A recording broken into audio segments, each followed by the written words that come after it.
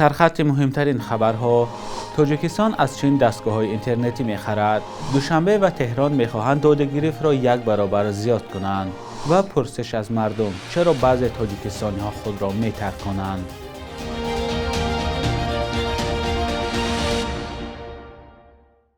درود بینندگان عزیز و روزتان بخیر باشد. برنامه نویدی بامدادی است که با آخرین خبرهای تاجیکستان و جهان از استودیوی دوشنبگی رادیوی آزادی تقدیمتان می شود. امروز 9 ینور است. مقامات تاجیکستان گفتند نیت دارند از چین دستگاه‌های بازوی اینترنت وارد کنند. این نکته در واخره سردار خدمات علاقه بیگ صبور با رهبران شرکت‌های اینترنت رسان صدا داده است. به نوشته سامانه خدمات علاقه، دستگاه‌های بازوی و جزءهای آن با استاندارد 5G از چین آورده می‌شوند. این دستگاه‌ها را شرکت هواوی واردی تاجیکستان می‌کند. مسئولین خدمات علاقه گفتند برای وارد کردن این دستگاه‌های بازوی از چین با دیگر مقامات کشور گفتگو دارند. هنوز ماه دکمبر سال گذشته خدمات علاقه با شرکت هواوی برای نوسازی 7600 ایستگاه بازوی و قسم‌های آن یادداشت تفاهم امضا کرده بود. قبلا مقامات تاجیکستان گفته بودند که از چین خط اینترنت وارد می‌کنند. با نظر داشت محدودیت‌های زیاد اینترنت در چین، این نگرانی وجود دارد که محدودیت‌ها در استفاده اینترنت به تاجیکستان هم می‌کوشد. مقامات به این نگرانی‌ها هنوز پاسخ ندادند، اما مقامات تاجیکستان در حال می‌خواهند از چین اینترنت و دستگاه بازوی وارد کنند که انتقادها از صفت اینترنت در داخل کشور زیاد است. مقامات تاجیکستان و ایران گفتند نیت دارند دادگرفت مال را میان دو کشور حداقل به 500 میلیون دلار در سال رسانند. با گزارش دفتر مطبوعاتی مجلس ملی در این باره، ابراهیم رئیسی رئیس جمهوری ایران و رستم امامعلی شهردار دوشنبه ضمن واخره در تهران صحبت کردند. به قبل منبع دو طرف راه‌های رشد همکاری و عملی نمودن لایه‌های گوناگون در بخش‌های انرژتیک، نقلیات، صنعت داروباری و کارکرد محصولات کشاورزی را بررسی کردند. طبق آمار رسمی دادگرفت تاجیکستان و ایران در 11 ماه سال 2023 نزدیک 217 میلیون دلار بود و حالا مقامات دو کشور گفتند می‌خواهند این دادگرفت را 1 برابر زیاد کنند. دوشنبه و تهران بعد سال 2015 مناسبت خوب نداشتند و تنها بعد از سال 2020 روابط دو کشور گرم شد. رستم امامعلی شهردار دوشنبه و رئیس مجلس ملی 8 ینور به تهران رفته بود. سفر رستم امامعلی به ایران در حال اتفاق افتاد که اخیراً مقامات ایرانی گفتند یک از حمله‌وران به مراسم یادبود قاسم سلیمانی از تاجیکستان بوده است. در بمبگذاری که روز 3 ینور هنگام یادبود فرمانده سابق و مواد نفوذ ایران صورت گرفت، دست کم 84 کس کشته و 280 کس دیگر جراحت برداشتند. یکی از بمبگذاران مرگ طلب به گفته مقامات ایران شهروند تاجیکستان بوده است. قبل از این شهروندان تاجیکستان در چند حادثه دیگر در ایران از جمله حمله به زیارتگاه شاه چراغ دست داشتند. چرا چنین است و چه چیز جوانان تاجیکستان را به چنین گروه‌های تروریستی میبرد؟ همکاران ما نظری مردم را در همین باره پرسیدند. از روی بیکاری کار یک خیلش نمی‌یابد، میرود خارجه، میبیاد آواره گرگران، بعد یگان کار نامخلیده میروند. روزی در مکتب‌ها درس‌ها به درجهش نمیگذارد. طلبه‌های از صنف 1 تا 10 پرسید، یگان سوال را جواب دادن نمیتواند. نقض درس نمیتیند، یا معاش معلم کم است یا طلبه که از روی بیسوادی، من هم خیلی فکر میکنم از روی بیسوادی همین طلبه به هر خیلشی به پیوند میشن، از روی کم بیسوادیشون هم هست. از روی نفهمی میشه، در حالتی که فهمیش مقصد چی، همین انسان که کم تاسیس باشه نمیدوند، عاقبت کاری کردگیش نمیدوند که همین در برای چی کاربری همین رفته است یا که همین رفتاری همین با کدام چی وابستگی داره. من بسیار ترکیه که روی نفهمی، روی مقصد یا خیلی از روی گمراهی مقصد چی هستن که همین ها را گمراه می سازن. کوتاه اندیشه که هستن مثال تیز به همون چیزا داده می شوند، عاقبت کار خودشون فکر نمی کنن که عاقبت همین چی می شود. روی این خیلی آدم ها مثال ملت با نام می شود. کوران جوان ها آیلاشون تیز و ایران می شوند، زن و شوی یک دیگران میفهمن، خانه سرشتمان یا غمیته یا که همین پدر مادر یا همین خیلی جدا میشون و برای پول میشون و هر آدم میروند خیلی نمیدونم. خیلی پیش بود کار بود برای جوانو، کار میکردن، اخترکا میرفتن هر جا میخوندن، مثال نه نساج فابریکا بود کار میکردن، شای بافی بود، شال کمبینات بود، تکستیل بود.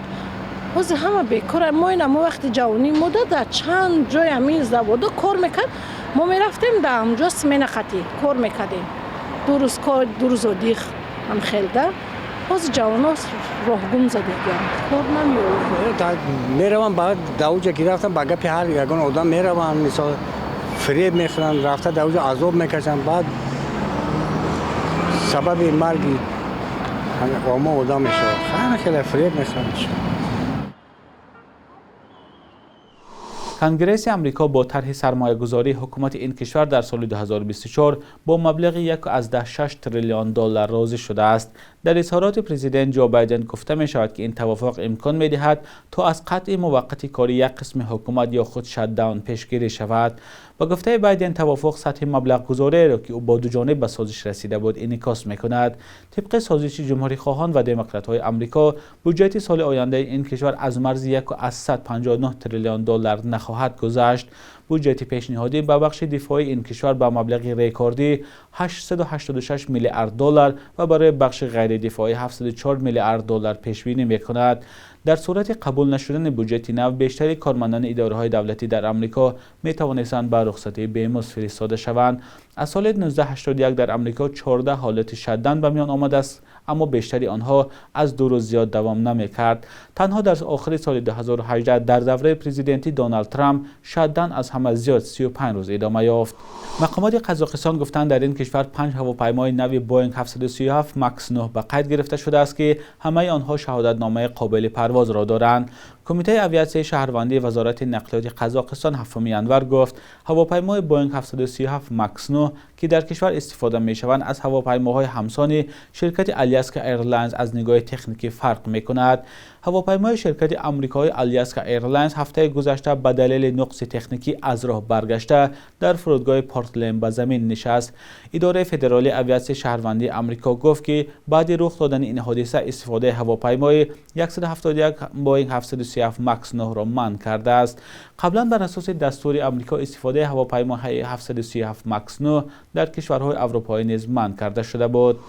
بخش یک روز تاریخ را در تقدیم خرامان به قزاده تماشا کنید که مهمترین واقعه‌های تاریخی در روز 9 ینور را فرا می‌گیرد.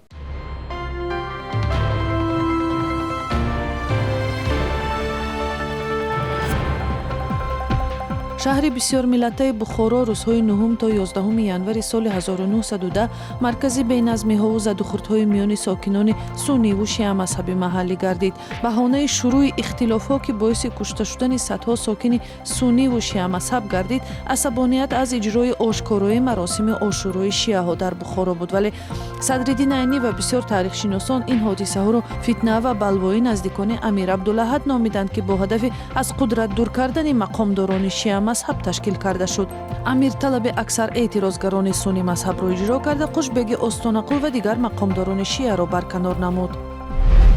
9 ینور سال 1940 در تاجیکستان شوروی اتفاق آهنگسازان تأسیس و رهبری آن را سرگئی بالاسانیان به عهده گرفت.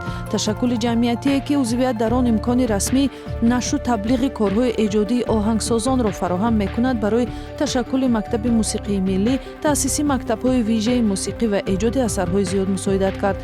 عین زمان وظیفه مهم این اتفاق هم‌آوازی با ایدئولوژی حکومت است که امروز هم به همین شیوه ادامه دارد. 9 ینور سال 1948 شاعر کودکان جوره هاشمی تولد شده است که برای رشد شعر اطفال تاجیک زحمت زیاد کشیده است.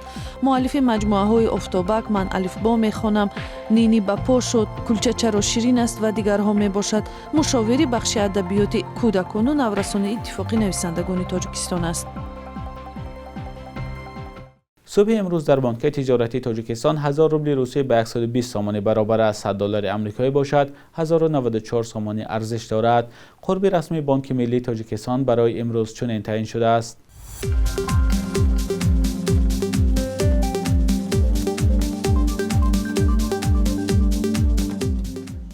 بینندگان عزیز، این آخرین بخش در برنامه نویدی بامدادی بود. خبرهای از این بیشتر را در سامانه رادیوی آزادی با نشان azadi.org و azadi.mobi تماشا کنید. تا فردا در همین وقت و ساعت خدا نگهدارتان.